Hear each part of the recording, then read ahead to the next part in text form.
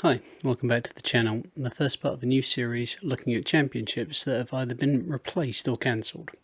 We'll look at their history, importance, and the drivers who came through them. And it's the first in the series, we're starting with possibly the biggest and most important series of the decade it was around, before being replaced by the current incarnation of F2. I'm talking, of course, about GP2.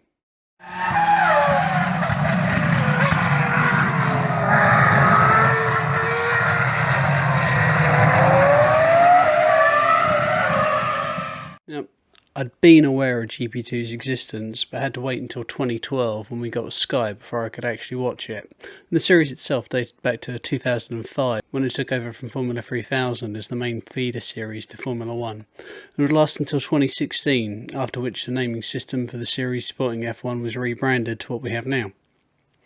Now, being rebranded as F2 hasn't been the only time that GP2 has had to deal with a clash of a series called F2. An article in Motorsport magazine in September 2008 gave details of a rival series to GP2, which supposedly would be cheaper and more cost effective. And the information it was giving about GP2 budgets at the time seems strange when you look at what has happened to the teams it mentioned since. At the top of the pile with the biggest budgets was Campos and Arden teams, with racing budgets of 8.3 and 8 million respectively. So, despite the costs, GP2 itself made a $267,000 profit in its first 2 years, at a time when other series like A1GP and Grand Prix Masters were going bust in the same period. The series survived and actually prospering wasn't really a surprise when you looked at some of the names behind the series. The trademark for it belonged to a company called Formula 1 Promotions and Administration, which was owned by Bernie Ecclestone, and the idea for the series itself was very much a collaboration between Bernie and Flavio Briatore. Going back to the Formula 2 series that was talking about in the article that appeared during that time, it kind of suffered the fate of a lot of series that were seen as budget options, and never really attracted the bigger names that GP2 did. And far from being a rival, it was at best a feeder series to it, and would only last from 2009 to 2012 before it was kind of gone as well. The cars used for GP2 series had a Dallara chassis powered by a 4-litre Mechachrome V8 engine producing 612 horsepower. In an effort to try and reduce some of the costs, the engine was actually marginally detuned, which kind of benefited the reliability of the package. And the cost saving was handy, because even without the engine, the chassis itself was a cool 1.5 to 2 million euros.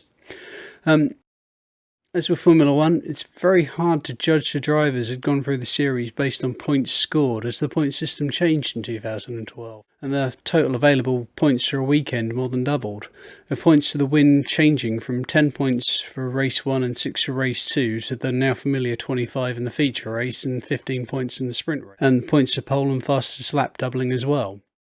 What we can do, though, is look at championship positions and wins, which might surprise people who had only seen these drivers in Formula 1. So let's get the biggest names out of the way first, because this is kind of important and will just be the elephant in the room if I don't mention it. The first two championships were won by Nico Rosberg and Lewis Hamilton, so it certainly started off with a high bar. Some points of note, looking at various tables for championships winners though, care of Wikipedia, the one I'm posting. I know I just said you can't judge by points, but if people were ever wondering why Stoffel Vandoorne was so highly rated, just look at the margin of victory he had in his championship year. Also worth noting, Nico Hülkenberg, who won by 25 points in his rookie season, and if you adjusted that to the later point system, it would have been approximately 64. Looking at the teams championships, there are some familiar names there, with 4 teams championships for ART, 2 for DAMS, 1 for Russian Time, who are now Uni Virtuosi, and 1 for Prema in their only year in the series, winning by a staggering 172 points. Perhaps unsurprisingly, giving his points advantage, the most successful driver in GP2 history was Stoffel Vandoorne, of 11 wins from 43 starts. Perhaps more surprisingly, the man with the second highest number of wins is Pastor Maldonado with 10 wins, albeit that was from 73 starts. And there are other strong results from drivers that you might not expect them from as well. Antonio Giovinazzi hasn't set the F1 world alight, but if we're going to be honest, It's in his GP2, he took 5 victories from 22 starts and came within 8 points of beating Pierre Gasly to the title in his rookie year in the season. Heikki Kovalainen, for example, is a driver I quite like, but I've heard him described by keyboard warriors on Twitter as the worst Finnish F1 driver ever.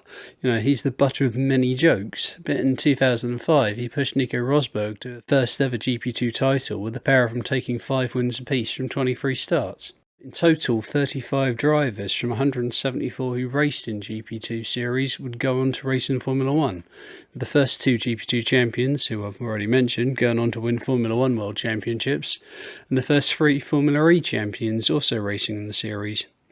Out of those 35 drivers, though, only 5 would go on to secure race victories in F1. But if we look at the teams capable of winning races during that period, namely Ferrari, McLaren, Mercedes, Red Bull and Lotus, only 8 GP2 graduates would ever actually get to sit in those seats, and quite often it was those teams were starting to hit a downturn. Almost as impressive as the list of names that got to F1 is the list of names that didn't quite make it to the top category, but have enjoyed huge success in Formula E sports cars or other series like DTM. Unlike some of those series that I'll get around to talking about, GP2 didn't die out or get killed off by the FIA changing the rules of the game to suit their own projects. It evolved into Formula 2, which has kind of changed very little, other than getting DRS and, with the introduction of the turbo engines, getting far worse reliability. And that's it for that series for now. Next time out, we'll be looking at a series that grew to find its own niche, allowing it to challenge the power of the FIA-approved series directly supporting the F1 Roadshow, but how, when the manufacturer supporting it lost interest, it slid into irrelevance. That series, in its glory days, was the Renault World Series. But anyway, I hope you've enjoyed this video. Any comments, feedback, or just general racing chat are always welcome in the comments below, and as always, thank you for watching. Bye bye.